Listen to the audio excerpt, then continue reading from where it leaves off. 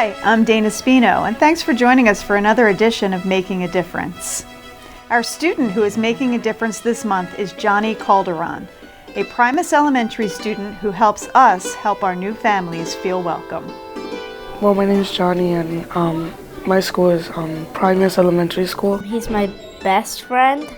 I know him when I was 1 year old. We come from another country, a little bit far away. He had moved to the United States from Costa Rica in February 2016. In Costa Rica, there was a lot of trees, natural plants, and it was a lot of green land. Coming here, seeing a lot of buildings was really different, and the English that I didn't understand at all, anything, was really difficult. He had only been in America for approximately 2 years and had been in the ELL program in his other school that he was in before he came here. I learned most English on my old school, so I came here prepared. His conversation was great. He was participating. He would raise his hands, answer comprehension questions, which made it easier for him, considering, our books are mostly in English and I was speaking in English for the most part. And then he was a big help for when his friend George came into the class as well. Johnny moved here about a year before George did, and then George's family came over and he came with no English. He didn't understand anything anybody said to him. I didn't know any English. I just know how to say hi and hello. That's it. When he came here and he didn't speak English, he got teased a lot. They just stare at me like, why does he speak Spanish? I don't know. So I used to tell the people, what would you feel like if you were him? It's his friend. He wanted to help him. He wanted to make sure that he understood. So he pretty much just took on the role. You feel good helping other people when they don't understand, and then when you step up for them, and he now speaks fluently. He's able to have conversations. He's asking comprehension questions. He's answering these questions. He's reading these words. And I think a lot of that plays into Johnny's help because that's where the English is coming from. There have been other families that he's been able to help within the building. At Primos, currently this year, we have 30 students in the ELL program. This year, we have a fair amount of Spanish-speaking students, and Johnny has been willing and continues to be willing if we need help with anything translating for English to Spanish. Once I got called on the loudspeaker to the office because Spanish people needed me to translate some stuff to them. On the whim, parents came in Spanish speaking for another student that he didn't know.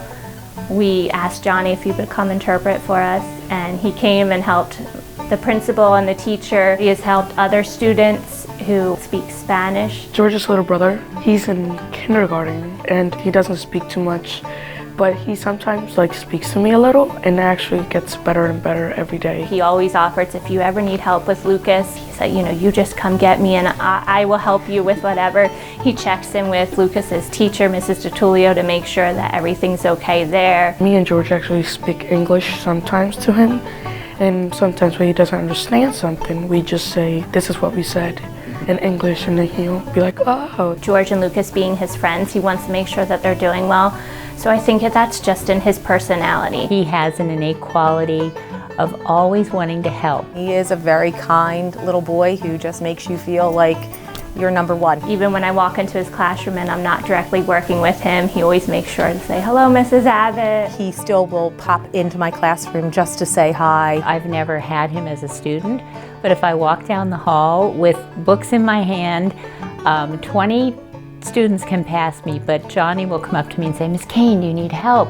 What can I do for you? I'd like to help people because it makes me feel good about myself and about other people. Whether they speak English or Spanish, he wants everyone to feel like they are important. He is a wonderful example to all of the students here at Primos, and certainly he is something that we can all aspire to, being like him.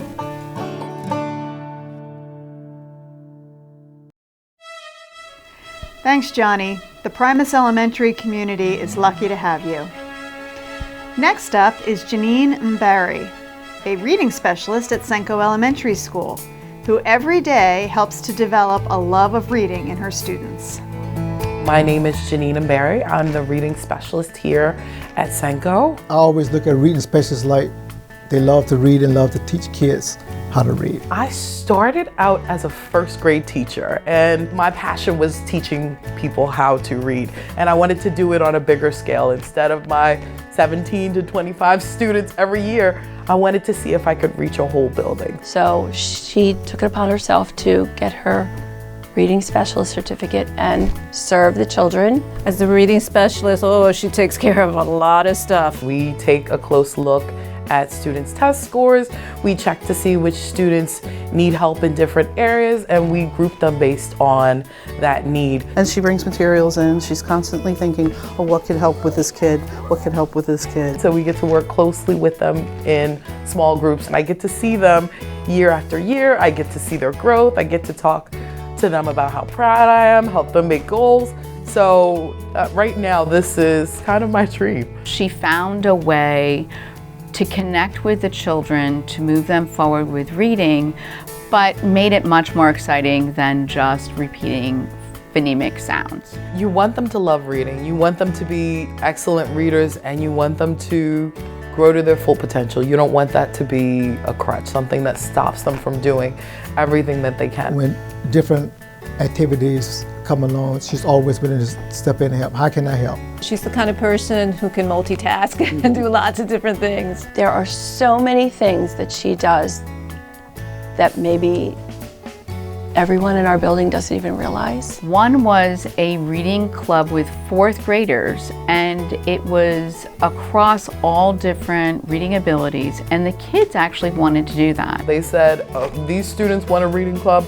I want you to talk to them, and then we asked them what they wanted, and we made it happen. They would have lunch with Mrs. Mbaeri, and they would read a novel that the children had self-selected. We did find out that we couldn't make it during class times and instructional time, so we said, oh guys, we can only do it during recess, and the response was, yay, let's do it. The fact that they wanted to do it and they were giving up recess for it, we just had to make it happen for them. So once a week, we just picked stories, we came together, we talked about certain chapters. At the finale, they all got a book, so she handed out books to all the kids, and they loved that. This year, Janine has implemented an after-school reading program which will benefit some of our struggling readers. Tony Watson, our principal, he found the students that were in the most need, and he said, you know, what can we do with them?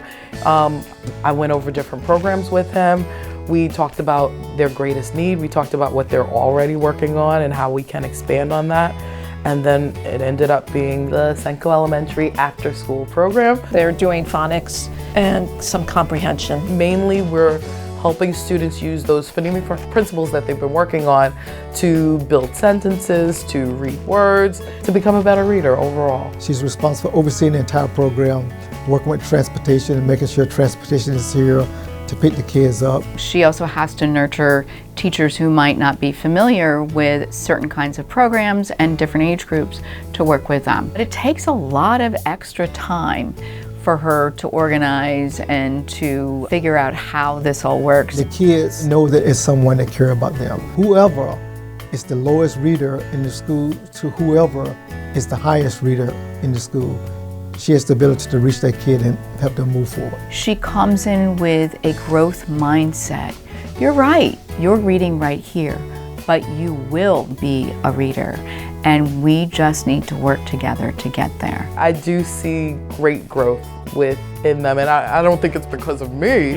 I think it's because of them. They worked really hard. They want to read, they want to learn from books, they want to explore through books, so you giving them that skill, it makes you feel as if you've given them what they needed to be successful.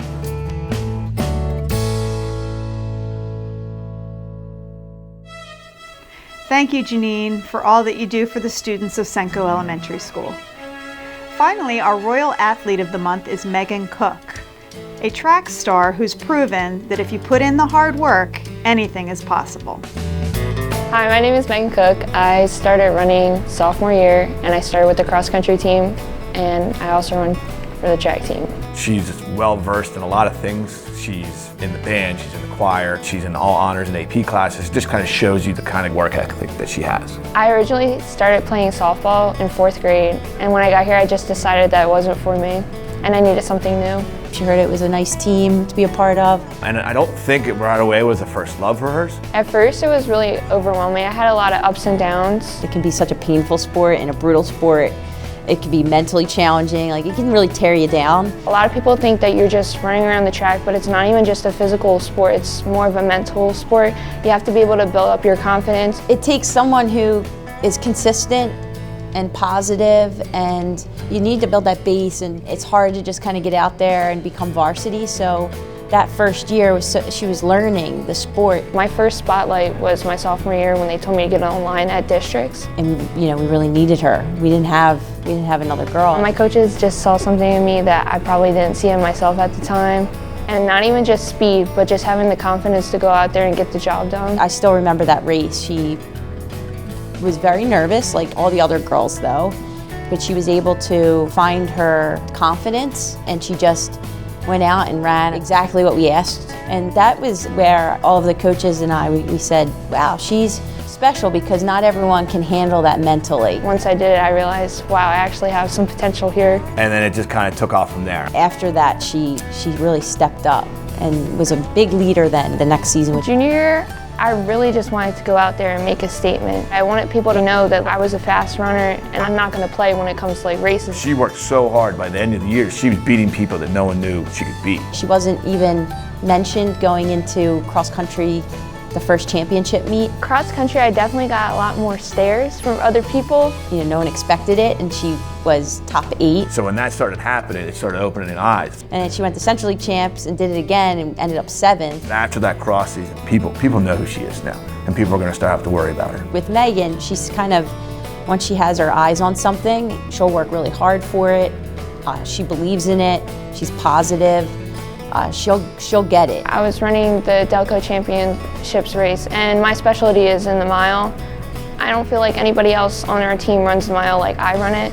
So I knew that that was my place, that I had to shine. And I came out there, and my goal was to just get everything done and qualify for states. At the final stretch of the race, I could see the finish line right in front of me. It was getting so tight, and I just seen the girl shoot right past me. And honestly, I just broke down crying after I finished the race, because it just felt like nothing I ever want to experience ever again. And she said, she's like, I'm not letting that Strathaven girl beat me again. So then this year, during the states race, I noticed that she was in front of me again at the very last stretch of the race. And I told myself this was going to be my chance. The last 700 meters of the cross country race, there was like all these girls who from like the mile, and they just were racing to see who was going to make states. It was that close. And I just went right past her, and I beat her at the very end. It was the most fulfilling feeling I've ever felt. And that confidence she got from doing that, I think is going to carry through the winter and the spring. And I know one thing, talking to the Strathaven coach, the girl was devastated that Megan finally got her. And I went up to her and I shook her hand, and she kind of just looked at me, and I think that's when it set in that I actually beat her this time. I was not going to let her beat me.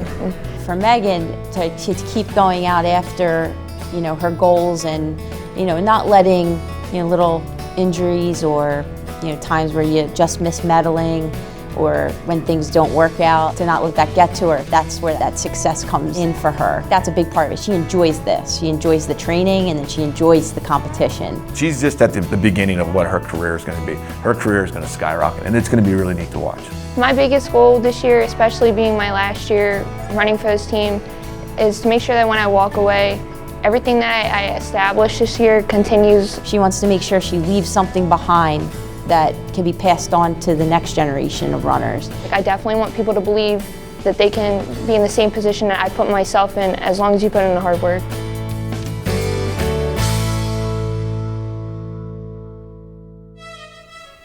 Great job, Megan, and good luck with the rest of your senior year.